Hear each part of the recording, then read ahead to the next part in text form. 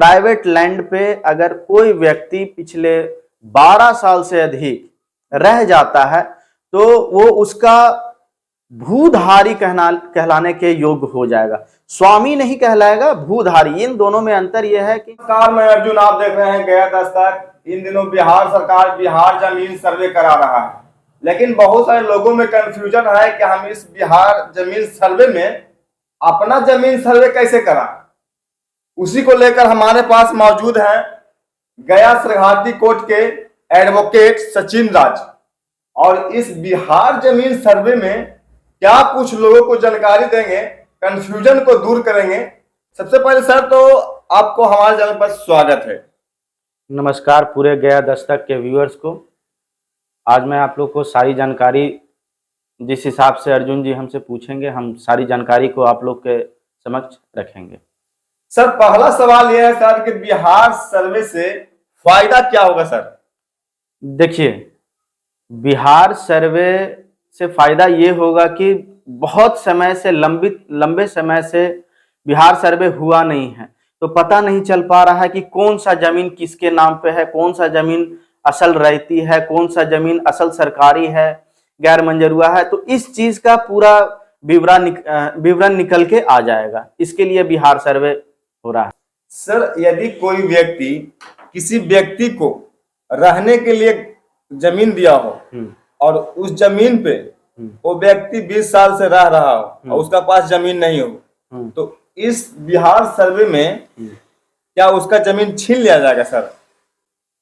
नहीं, ऐसा है कि जैसे बिहार लैंड में एक रूल है कि किसी भी जमीन पे, प्राइवेट लैंड पे अगर कोई व्यक्ति पिछले 12 साल से अधिक रह जाता है तो वो उसका भूधारी कहलाने के योग्य हो जाएगा। स्वामी नहीं कहलाएगा, भूधारी। इन दोनों में अंतर यह है कि मालिकाना हक आपको जिनका जमीन है उन्हीं का रह जाएगा, लेकिन आप उसके सिर्फ भोगी बनेंगे, बस।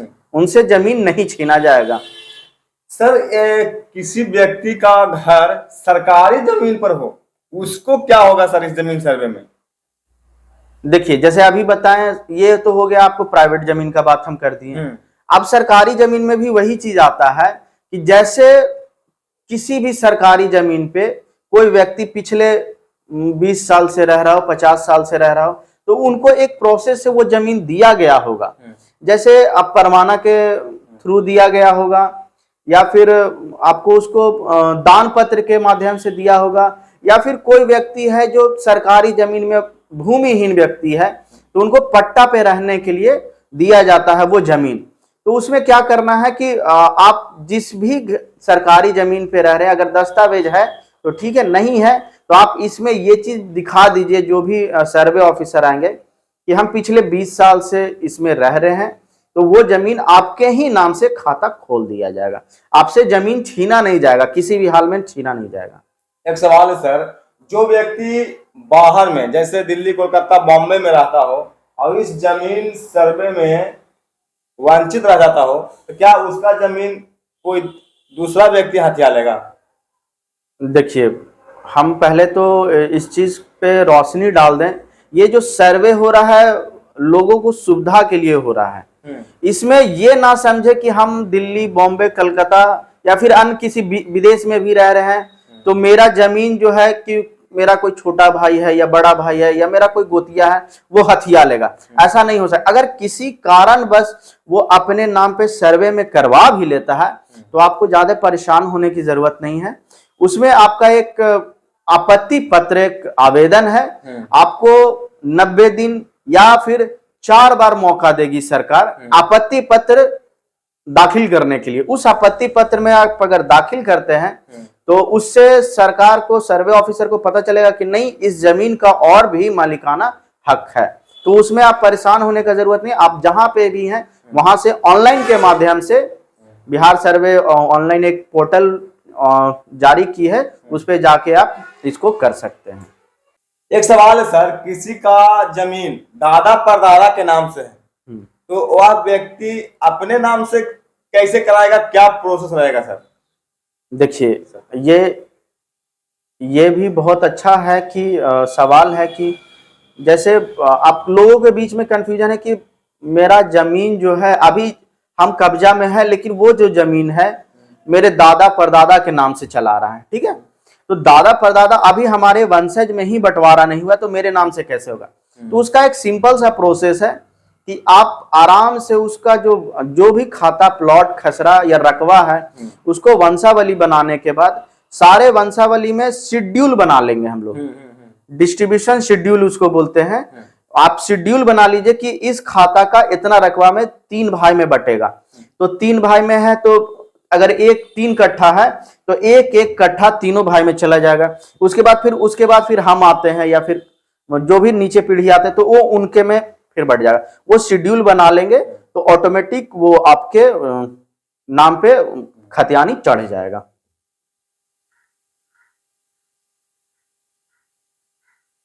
सर एक सवाल है, इस जमीन सर्वे में सबसे ज्यादा किनका फायदा होगा और किनका घाटा होगा? देखिए, ये बहुत ही अच्छा सवाल और बहुत ही अहम सवाल है ये कि किनको, बहुत लोग कह रहे हैं ये फर्जी है, क्या हो जाएगा इससे, क्या नहीं होगा। इस पे हम लोग फोकस नहीं करते हैं। पहले तो बहुत अच्छा चीज आपने पूछा कि इनसे फायदा किसको होगा। इससे फायदा उन व्यक्तियों को, वो उन निवासी को होगा जिनका जमीन है तो उनका, लेकिन उनके पास कोई कागजात नहीं है। बहुत सारे किसान ऐसे लोग हैं, बहुत सारे छोटे जमींदार ऐसे हैं जिनका दादा परदादा के नाम से जमीन है लेकिन उनके पास कोई कागजात नहीं है। तो इससे ये होगा, अगर आप शांति दखल, अगर किसी भी जमीन पे अगर शांति दखल आपका बहुत लंबे समय से चला आ रहा है तो उससे सर्वे ऑफिसर को यह तसल्ली हो जाएगा कि ये जमीन आप ही का है और आपके नाम पे कर दिया जाएगा।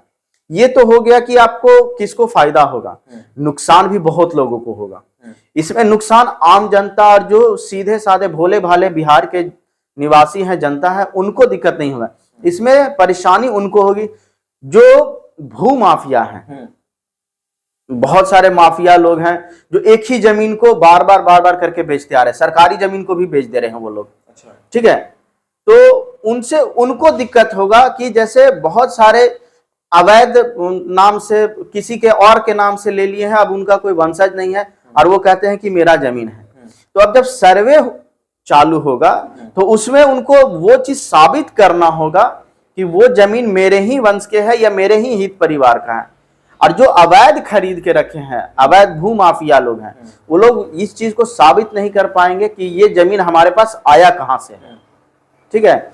उससे उनको दिक्कत होगा कि उनका अवैध जो कारोबार है, जमीन खरीद बिक्री का जो कारोबार चल रहा है उन लोग का, वो लोग बहुत सारा हद तक ठप हो जाएगा। इनसे सबसे ज्यादा नुकसान हो जाएगा भू माफिया को। इसके बाद सरकार को इससे क्या फायदा होगा? ये सरकार अपने लिए भी करा रही है कि एक रिकॉर्ड बन जाएगा उनका, और दूसरा सरकार को फायदा ये होगा कि बहुत सारा जमीन जो है, सरकारी जमीन है जो अनावश्यक कहीं भी पड़ा हुआ है, बहुत सारा जंगल ऐसे ही पड़ा हुआ है, बहुत सारा परित जमीन ऐसे ही पड़ा हुआ है, उसमें सरकार को यह फायदा होगा कि पूरा बेवरा सरकार के पास आ जाए कि सरकारी जमीन कहां कहां पे खाली है। उससे पहला चीज होगा कि जो भूमिहीन व्यक्ति हैं बिहार के निवासी, उनको कुछ जमीन पट्टे पे रहने के लिए दे दिया जाएगा। दूसरा जमीन कि हम लोग बहुत समय से कहते आ रहे हैं कि बिहार में कोई फैक्ट्री नहीं लग रहा है, रोजगार की बहुत सारी कमी आ रही है, बहुत सारी दिक्कतें आ रही है। उससे क्या होगा कि सरकार जो भी सरकारी जमीन में है उसमें छोटा छोटा उद्यमी चालू करने का कोशिश करेगा। जैसे अभी डोभी के थोड़ा सा पहले में एक जगह है, वहां पे सरकार भूमि जो है, सरकारी भूमि पे एक उद्यमी योजना चालू किया जिसमें कि बहुत सारे लोग को रोजगार भी मिल जाएगा उसमें। वैसे बहुत सारा जो एकड़ और 100-100 एकड़ 10-10 एकड़ जो जमीन है वो खाली पड़ा हुआ है, उसमें सरकार छोटा छोटा उद्यमी चालू करेगा। अब बिहार के वासियों के लिए इसमें रोजगार का बहुत बड़ा मुद्दा लाएगा और इससे सरकार को और फायदा होगा कि इकोनॉमिकली ग्रोथ बढ़ जाएगा। तो दोस्तों, ये थे एडवोकेट सचिन राज, जिन्होंने हम लोगों को साफ साफ शब्दों में बताए हैं कि इस जमीन सर्वे में आपको क्या करना है, इनका जमीन क्या होगा, क्या कुछ होगा, सारी जानकारी पर हम मुद्दों पर हम बात किए। तो आज का वीडियो इतना ही, फिर मिलते हैं अगले वीडियो में। जय हिंद।